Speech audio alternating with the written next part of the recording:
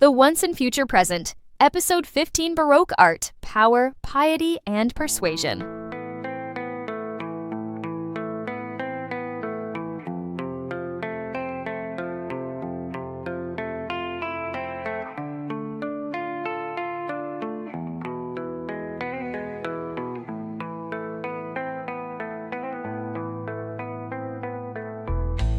Welcome back to the Once and Future Present, the AP European History podcast from Hammer History Productions.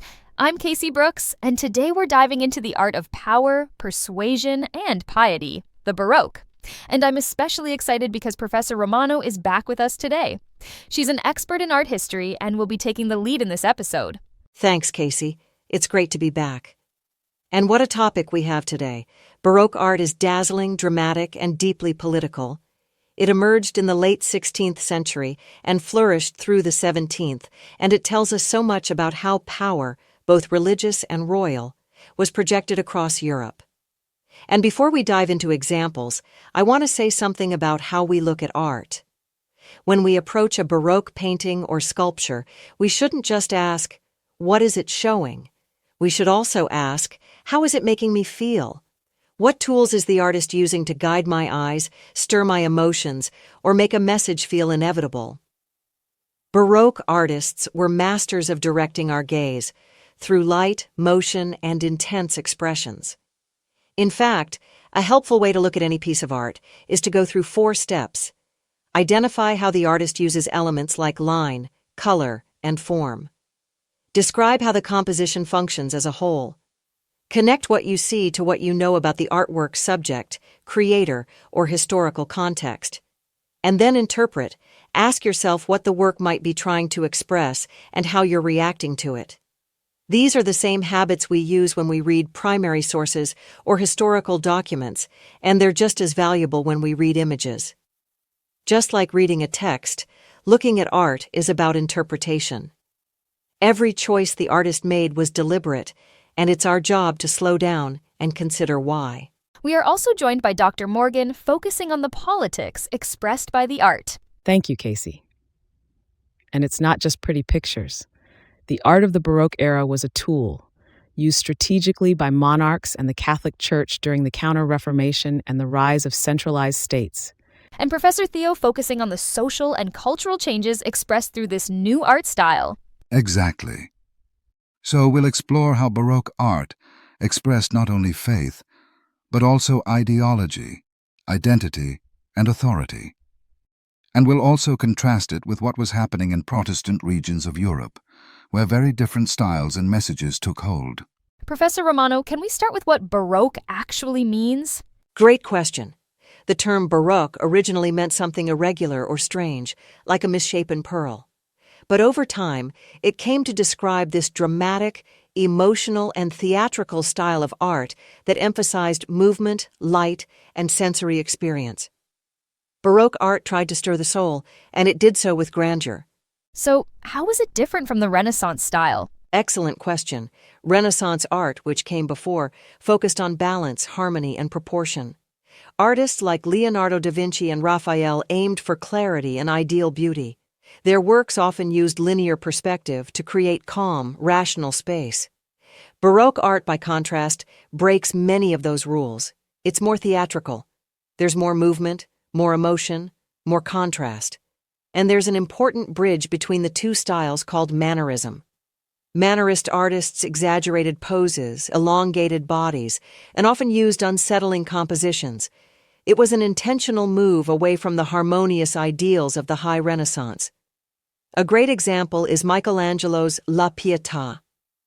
While grounded in Renaissance tradition, it also contains elements that point toward Baroque drama.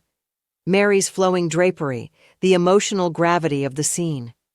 Mannerism helped set the stage for Baroque by emphasizing complexity and expression over simplicity and order. That makes sense. So mannerism was like the dramatic pause before the curtain rises on Baroque. It shifted the mood, broke the rules a little, and got audiences ready for something more intense? Exactly. It introduced uncertainty and distortion, which paved the way for the theatricality and emotional power we see in Baroque art. Take Louis XIV, for example. His image was carefully constructed. One of the most iconic Baroque portraits is Louis XIV in ceremonial robes by Rigaud. Louis is draped in ermine and silk, surrounded by columns and velvet curtains, standing tall with his sword and scepter. And this is where those 4 steps we talked about earlier really help.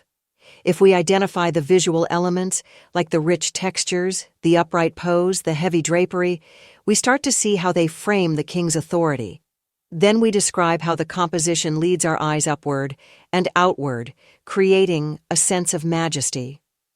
When we connect this to what we know about Louis XIV's rule, his absolutism, his love of performance, his nickname, the Sun King, we begin to understand why the painting feels like royal propaganda. And finally, we interpret, what does it communicate? That the king is powerful, commanding, even divine. And we might react with awe, or maybe skepticism, depending on our point of view. It's like the painting is saying, I am the state, but I have to ask about his clothes. What's with the high heels? Great observation, Casey. The high heels were actually part of the image Louis XIV cultivated.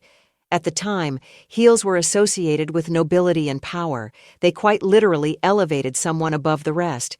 Louis used fashion the way he used architecture and portraiture, to send a message. The red heels in particular became a symbol of status at his court. So yes, even his shoes were working overtime to reinforce his authority and distinction. Exactly. His image was constructed to say, I am the state. That's the power of absolutist Baroque. That metaphor played out in architecture, too. The Hall of Mirrors at Versailles, where candlelight reflects endlessly off mirrored walls, created an immersive glow, a stage for royal spectacle. And it wasn't just the interiors. The gardens at Versailles are a powerful extension of the same message. They are meticulously symmetrical, carefully trimmed, and stretched out on a massive scale. They demonstrated human control over nature, reinforcing Louis XIV's claim to absolute power. So Versailles wasn't just a palace, it was a message. Were other rulers trying to send that kind of message through art too? Yes, Elizabeth I in England used portraiture in a similar way, though the politics were different. The Ditchley portrait of Elizabeth I shows her standing on a map of England, sunlight breaking through storm clouds. She's dressed in white, pearls around her neck, symbolizing purity and power. Let's apply the same lens here. Identify the key elements. Elizabeth stands on a map of England, beneath a sky that is part storm and part sunlight, dressed in white with pearls that signal purity. Describe how the composition places her front and center, bathed in light as if nature itself is clearing to honor her. Then we connect what we see to the historical moment. Elizabeth needed to project stability, legitimacy, and divine favor in a male-dominated political world. And finally interpret, this painting portrays her not just as a monarch, but as a near-mythical figure, guiding the nation through uncertainty with divine grace. She looks angelic and untouchable, like a divine queen. That's exactly how she wanted to be seen. Baroque portraiture often wasn't about realism, it was about messaging. These images were political theater. That's true in Catholic territories as well. Rubens, for example, was commissioned by monarchs and church officials to paint enormous scenes filled with muscular figures and dramatic lighting. His elevation of the cross is a swirl of muscle, wood, pain, and light. It's meant to grab you emotionally. It almost feels like propaganda. Is that too strong a word? Not at all. Baroque art was a form of persuasion. It was propaganda with paint. And Caravaggio took that idea even further. His paintings are intense, dark backgrounds, sudden bursts of light, gritty realism. His calling of St. Matthew places the biblical scene in a smoky tavern filled with ordinary people.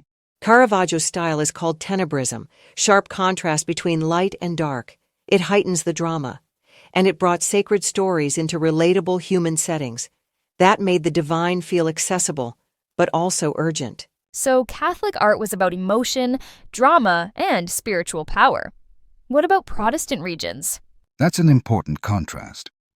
In places like the Dutch Republic, religious imagery was less central. Many Calvinist churches didn't allow it at all. So Baroque art there turned to portraits, landscapes, and still lifes. And even those told stories. Dutch portraiture emphasized civic pride and individual success. Think of Rembrandt's Night Watch, a group portrait filled with motion and personality. Still lifes might show fruit, glassware, or dead game, but they also hinted at themes like mortality, wealth, or divine providence. These were commercial societies, and their art reflected those values: subtlety, order, and prosperity. So it's like Catholic art was meant to move you emotionally, while Protestant art was more about everyday life and self-discipline? That's a good way to think about it. Before we go into music, I want to touch on one more element of Baroque visual style. Baroque painters often manipulated space to influence the viewer's emotional response. Remember Caravaggio's painting of Judith?